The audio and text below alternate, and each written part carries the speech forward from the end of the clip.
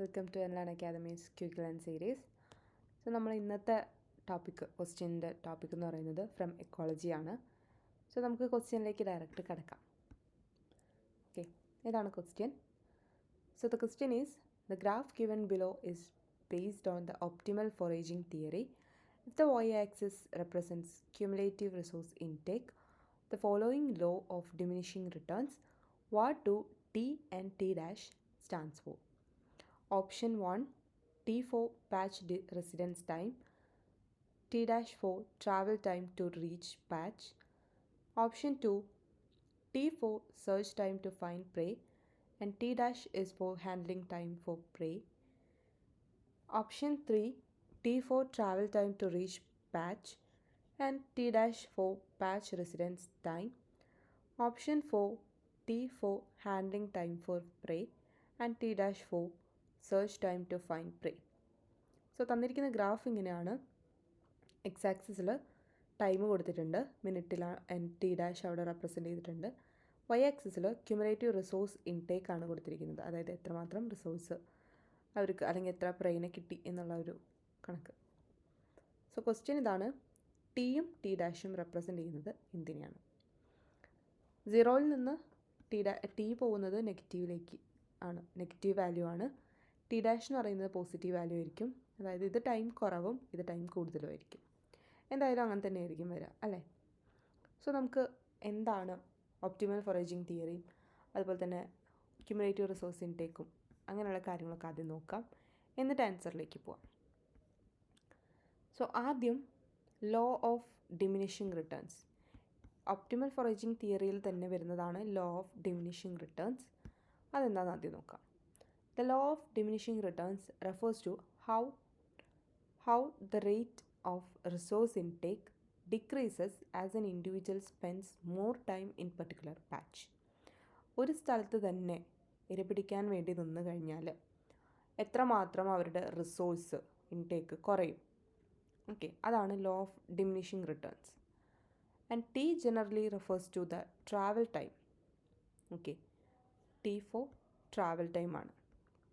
Okay, അപ്പോൾ തന്നെ നമുക്ക് ഓപ്ഷൻ ഏകദേശം ക്ലിയറായി 3 ആണെന്ന്, അല്ലേ?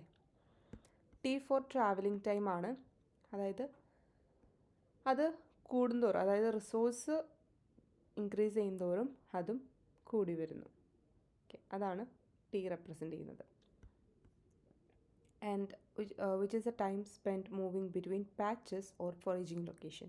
അതായത് ഒരു സ്ഥലത്ത് നിന്ന് മറ്റൊരു സ്ഥലത്തേക്ക് അല്ലെങ്കിൽ ഒരു പാച്ചിൽ നിന്ന് മറ്റൊരു പാച്ചിലേക്ക്, എന്താണ് പാച്ച് എന്നൊക്കെ നമുക്ക് പറയാം, അങ്ങനെ പോകുന്ന ആ ടൈമിനെയാണ് റെപ്രസെൻ്റ് ചെയ്യുന്നത് ടി.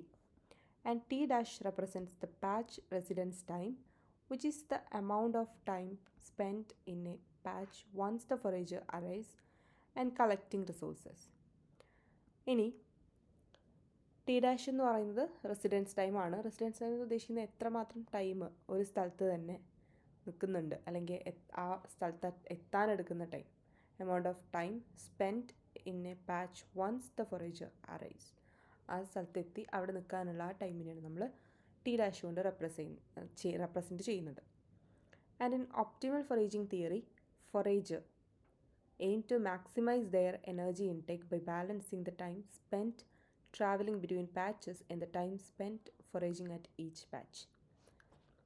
സിംപ്ലി പറയുകയാണെങ്കിൽ ഒരു പ്രെഡേറ്റർ അയാൾ ഇര തേടി, ഒരു സിംഹമോ കടുവയോ എന്തെങ്കിലും ആവട്ടെ, അയാൾ ഇര തേടിയിട്ട് ഇറങ്ങിക്കഴിഞ്ഞാൽ അല്ലെങ്കിൽ പ്രൈനെ പിടിക്കാൻ വേണ്ടി ഇറങ്ങിക്കഴിഞ്ഞാൽ ആദ്യം ഒരു നിഷിൽ പോവും. ഇവിടെ എന്താണെന്നൊക്കെ നോക്കി, ഇവിടെ പ്രൈനെ കിട്ടിയില്ലെങ്കിൽ അടുത്ത നിഷിൽ പോവും.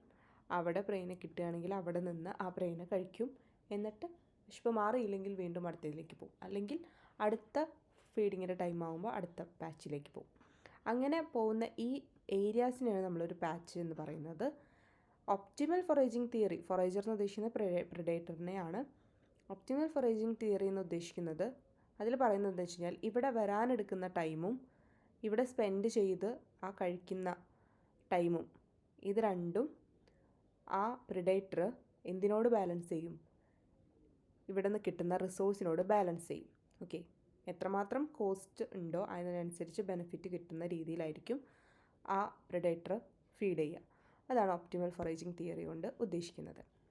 ആൻഡ് പാച്ച് എന്ന് പറഞ്ഞിട്ടുണ്ടെങ്കിൽ in the context of optimal foraging theory, a patch refers to a specific area or location where the food is concentrated and can be harvested by the forager. And the idea is that the animal or forager moves from one patch to another, foraging in each patch until the resources in that patch becomes scarce, and after which it moves to new patch to continue foraging. ഇനി ഇതിൽ patch എന്ന് ഉദ്ദേശിക്കുന്നത് it is often used to describe areas of resource concentration within a broader environment like a hunting ground with the prey animals, a patch of land rich in edible plants or insect. ഇതൊക്കെ നമുക്ക് എക്സാമ്പിളായിട്ട് പറയാം generally. And the foragers will tend to stay in a patch as long as they can still obtain resources at a good rate. അതായത് എത്ര നേരം വേണമെങ്കിലും അവിടെ നിൽക്കാം, അവർക്ക് അതിനും മാത്രം resource കിട്ടുന്നുണ്ടെങ്കിൽ.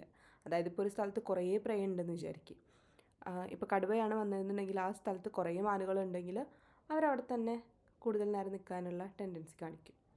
But will eventually leave when the resources R depleted or when diminishing returns set in. Okay, അങ്ങനെയാണ്. ദെൻ ഒപ്റ്റിമൽ ഫോറേജിങ് തിയറി അല്ലെങ്കിൽ OFT എന്നതുകൊണ്ട് അർത്ഥമാക്കുന്നത് നമുക്ക് എന്താണെന്ന് നോക്കാം. It is a concept in behavioral ecology that explains how animals or foragers in general, they make decisions to maximize their energy intake relative to the cost of foraging. And the theory assumes that the animals will behave in a way that it increases their fitness by optimizing the amount of food when they obtain while minimizing the energy and time spent in the process. അതായത് cost കുറച്ചുകൊണ്ട് benefit കൂട്ടുക എന്നുള്ള ആ ഒരു തിയറിയിലാണ് എല്ലാ ഫോറേജേഴ്സും എന്ത് ചെയ്യുക, അവർ ഫീഡിങ്ങിന് ഇറങ്ങുന്നത്.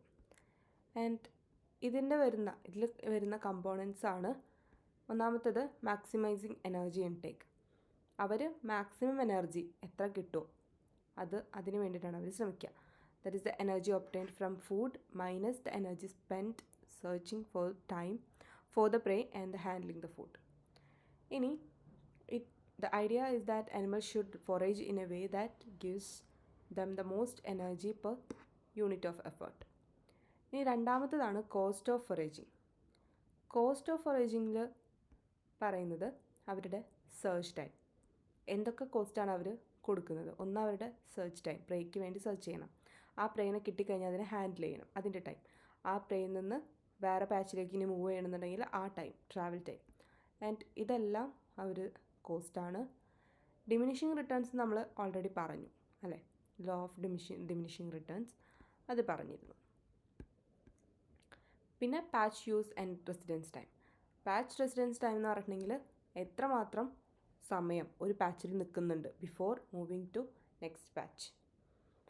And animals will tend to stay in a patch until the rate of energy intake declines to the point where the cost of staying outweighs the benefit. അതായത് ഇവർ കൊടുക്കുന്ന കോസ്റ്റ് ബെനഫിറ്റിനേക്കാൾ ഒരു വാല്യൂയിൽ അല്ലെങ്കിൽ ഒരു ത്രഷോൾഡിൽ കുറയാൻ തുടങ്ങിയാൽ, ഓക്കെ, ഇങ്ങനെ ആയി വന്നു കഴിഞ്ഞാൽ അവർ ഒരു പാച്ചിൽ നിന്ന് മാറിയിട്ട് അടുത്ത പാച്ചിലേക്ക് പോകും. And the optimal time to stay in a patch depends on the travel time to other patches, the energy available in a patch, and the rate of diminishing returns. Okay. അഞ്ചാമത്തെ പോയിൻ്റാണ് ഒപ്റ്റിമൽ ഫോറേജിങ് മോഡൽ. ഇതനുസരിച്ചിട്ട് അവർ ഒരു പാച്ചിൽ നിന്ന് മറ്റൊരു പാച്ചിലേക്ക് അവർക്ക് food കിട്ടിയില്ലെങ്കിൽ movement നടത്തും. Okay, should leave a patch when the rate of resource intake in a patch becomes equal to the average rate of resource intake from other patches. Okay, പാച്ചിൻ്റെ ക്വാളിറ്റിയും travel ടൈമും അനുസരിച്ച്. ആൻഡ് ഈ model അനുസരിച്ച് the animal will compare different patches and choose the one that offers the best cost benefit ratio. Okay, അതാണ് പറയുന്നത്. ഇനി എക്സാമ്പിളായിട്ട് പറയുന്നത്, എക്സാമ്പിൾ നമുക്കൊന്ന് വായിച്ചു നോക്കാം. Imagine a bird foraging for seeds in different parts of a field, that is patches. The bird will stay in a patch as long as the energy it gains from the seeds justifies the time spent in that patch. അവിടെ നിന്ന് കിട്ടുന്ന ഗ്രെയിൻസിൽ അവർ satisfied ആണെങ്കിൽ മാത്രം അവിടെ നിൽക്കും. If a bird has already spent a long time in one patch and the rate of seed intake has dropped because the most seeds are gone, the bird will move to new patch to find fresh resource. കിട്ടുന്നില്ല എന്ന് കണ്ടു കഴിഞ്ഞാൽ അപ്പോൾ തന്നെ അവിടെ നിന്ന് അവർ പോകും. എന്നിട്ട് പുതിയൊരു പാച്ചിൽ പോയിട്ട് അവിടെ നിന്ന് പുതിയ റിസോഴ്സസ് കണ്ടുപിടിക്കാൻ തുടങ്ങും. And if the bird has to travel far to get to another patch, it will weigh the costs of travel against the potential gain from new patch. അതായത് ഒരു പാച്ചിൽ നിന്ന് അടുത്ത പാച്ചിലേക്കുള്ള ദൂരം എന്ന് പറയുന്നത് ഒരുപാട് കിലോമീറ്റേഴ്സ് ഉണ്ടെങ്കിൽ, അല്ലെങ്കിൽ അത്രയും ദൂരം ട്രാവൽ ചെയ്ത് പോയി അവിടെ ഒന്നും കിട്ടാൻ ഉറപ്പില്ലാത്തതുകൊണ്ട് അവരെന്ത് ചെയ്യും, റിസ്ക് എടുക്കാൻ തയ്യാറാവാതെ ഇവിടെ തന്നെ സ്റ്റേ ചെയ്യും. അതാണ് ഇതിൽ പറഞ്ഞത്. സോ നമ്മളിവിടെ നോക്കുകയാണെന്നുണ്ടെങ്കിൽ നമ്മുടെ ആൻസർ വരുന്നത് ഏതാണ്? തേർഡാണ് ആൻസർ വരുന്നത്. Travel time to reach patch ആണ് ടി എന്ന് പറയുന്നത്. ആൻഡ് പാച്ച് റെസിഡൻസ് ടൈമാണ് ഈ ടി ഡാഷ് എന്നതുകൊണ്ട് ഉദ്ദേശിക്കുന്നത്. ഓക്കെ, ഈ പോയിൻറ്റും അതേപോലെ തന്നെ ഈ പോയിൻറ്റും. So this is the answer and thank you so much.